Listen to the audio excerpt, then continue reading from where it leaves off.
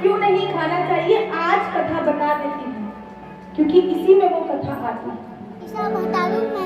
जब भगवान ने उस व्यक्ति का गर्दन काटी तो उसकी गर्दन का जो मांस था वो पृथ्वी पर आके गिरा और उस मांस से प्याज की उत्पत्ति हुई। तभी प्याज को छिलके होते हैं, छीला, क्योंकि हमारे मांस में 7 लेयर होती है, 7 प्रकार की लेयर होती है। पहले सफेद चमड़ी, फिर दूसरी चमड़ी, फिर ऐसे करके 7 प्रकार की चमड़ी आती है। और प्याज को भी आपने खोल के देखिए, भिन्न प्रकार की चमड़ियां निकलेंगी। प्याज को भी छीलना पड़ता है, पहले एक लेयर, फिर दूसरी लेयर, तीसरी। तो राहु केतु का यहाँ पे मांस गिरा था, वहां से प्याज की उत्पत्ति हुई थी। यहाँ पे कंठ की गले की हड्डी गिरी थी, वहां से लहसुन की उत्पत्ति हुई थी। और यहाँ पे रक्त की बूंदे गिरी थी, वहां से मसूर की दाल की उत्पत्ति हुई थी। और शास्त्रों में ये बताया गया है कि भगवान को इन तीनों चीजों का भोग निषेध है, तीनों चीजों का भगवान को भोग नहीं लगता है, इसी कारण बस भोग नहीं लगता भगवान। बड़े बार प्रश्न आता है कि दीदी आखिर लहसुन प्याज खाना क्यों नहीं चाहिए। अब तो लोग कहते हैं दीदी आयुर्वेद में तो उसको अमृत तुल्य बताया गया है, क्योंकि उस राक्षस ने अमृत का पान कर लिया था, इसलिए ये चीजें अमृत तुल्य है। अमृत के समान आपके शरीर को, अमृत के समान आपका जो शरीर है उसको आराम दिलाती है, क्योंकि लहसुन प्याज खाने के अपने अपने अलग बेनिफिट है। लेकिन ये एक राक्षस की हड्डी से, राक्षस के रक्त से और राक्षस के खून से बनी है, इसलिए शास्त्रों में इसका खाना निषेध बताया गया है। और भगवान को भी इसका भोग नहीं लगता है, इसलिए भगवान को इसका भोग नहीं लगता। अच्छा, कौन कौन यहाँ पे लहसुन प्याज का सेवन करता है, कृपया करके ये बताइए। मैया करती है, मैया ने देखो सत्यदास के साथ हाथ उठाया है।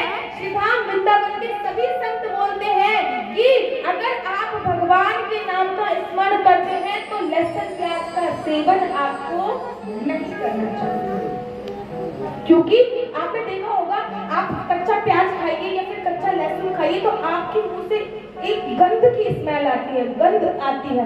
क्यों? क्योंकि वो राक्षस के रक्त से, राक्षस की मांस से, राक्षस के खून से बनी है, इसलिए उसमें एक गंध की स्मेल आती है। इसलिए शास्त्रों में लहसुन प्याज खाना निषेध बताया गया है। साथ ही के साथ ये भी बताया गया है कि लहसुन प्याज का भोजन करने से सात्विक भोजन की श्रेणी में नहीं आता है।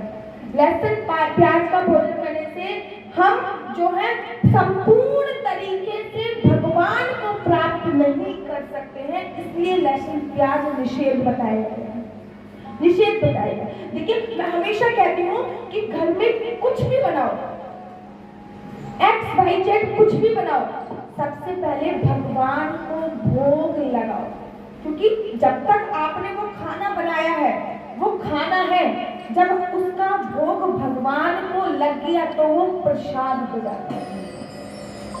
दुकान पे, मिठाई की दुकान पे गए, भैया 1 किलो पेड़े दे दो, उसने 1 किलो पेड़े दे दिए। लेकिन जब वो पेड़े का भोग भगवान को लग गया तो क्या बोलते हो भैया, प्रसाद दे दो। तो घर में कुछ भी बनाओ बिना लहसुन प्याज का, ये नहीं कि लहसुन प्याज की सब्जी बना रहे हो, भगवान आओ, भगवान आओ, भगवान। घर में कुछ भी बनाओ, पहले मंदिर में, चाहे आपके घर में लड्डू गोपाल विराजमान हो चाहे ना हो, घर में पहले भगवान के सामने उनका भोग लगाओ। और भैया अगर आप ज्यादा बिजी हैं तो एक शॉर्टकट भी बता देती हूँ। रोटी बना रही हो, थोड़ी सी रोटी तोड़ो और अग्नि देवता को ही समर्पित कर दो। चाहे गैस के पास अग्नि देवता को थोड़ा सा घी लगाया, एक चुटकी आपने उसमें चीनी रखी, अग्नि देवता को ही समर्पित कर दो। जब आपने भोजन का भोग लगा दिया भगवान को तो वो भोजन नहीं रह जाएगा, वो प्रसाद बन जाएगा। और प्रसाद खाने का अपना अलग बेनिफिट होता है, उसका स्वाद देखिएगा, फिर उसका स्वाद देखिएगा। और जो भी खाना बनाओ भगवान के नाम का स्मरण करते हुए बनाओ। एक औरत थी, उन्होंने मुझसे बोला दीदी घर में बड़ा ही कलेश रहता है, मेरा मन करता है कि मैं घर को छोड़ दूं, इतना कलेश रहता है, इतना कलेश रहता है, इतना कलेश रहता है, मैं क्या बताऊं। मध्य प्रदेश में कथा करने गई थी, वहां की बात है। मैं कल मैं तुम्हारे घर पे आऊंगी, देखूंगी। कल जब मैं उनके घर पे गई तो उन्होंने वो जो रोटी बना रही थी, तो रोटी बनाते बनाते मोटर बंद कर दिया जरा। रोटी बनाते बनाते कभी अजी सुनते हो, दीदी आके बैठी, जल्दी आओ। रोटी बनाते बनाते हजारों बातें कर रही थी, हजारों जाने अनजाने में क्रोध कर रही थी। जब आप क्रोध का बनाया हुआ भोजन ग्रहण करोगे, कोई भी इंसान जो क्रोध करते हुए भोजन बना रहा है, कोई भी व्यक्ति जो क्रोध करते हुए भोजन बना रहा है, उस भोजन का अगर आप पान करोगे महाराज, तो आपका भी क्रोध हमेशा प्रबल रहेगा, आपका भी क्रोध हमेशा प्रबल रहेगा। इसलिए इस बात का ध्यान रखो, भोजन बनाते हुए हमेशा भगवान के नाम का सिमरन करना चाहिए। आपने गुरुद्वारे का भोजन खाया होगा, कितना आनंद आता है भोजन खाना, गुरुद्वारे के भोजन खाना।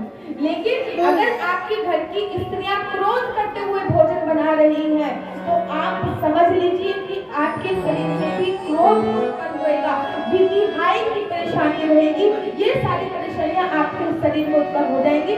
भगवान के नाम का सुमरन करते हुए, भगवान को भोग लगाकर अगर आप भोजन पाओगे महाराज, तो देखोगे कि आपका धीरे धीरे ओरा क्लीन हो रहा है, और जैसे ही ओरा क्लीन हो गया, आप भगवान की ओर आसक्ति। अबे नानू नानू ये उल्टा हो रहा है, मैंने अभी सही कर रखा है। बोलिए बाकी दोनों हाथ भरे रहे। बोलिए राधा रानी सरकार की जय। जय जय श्री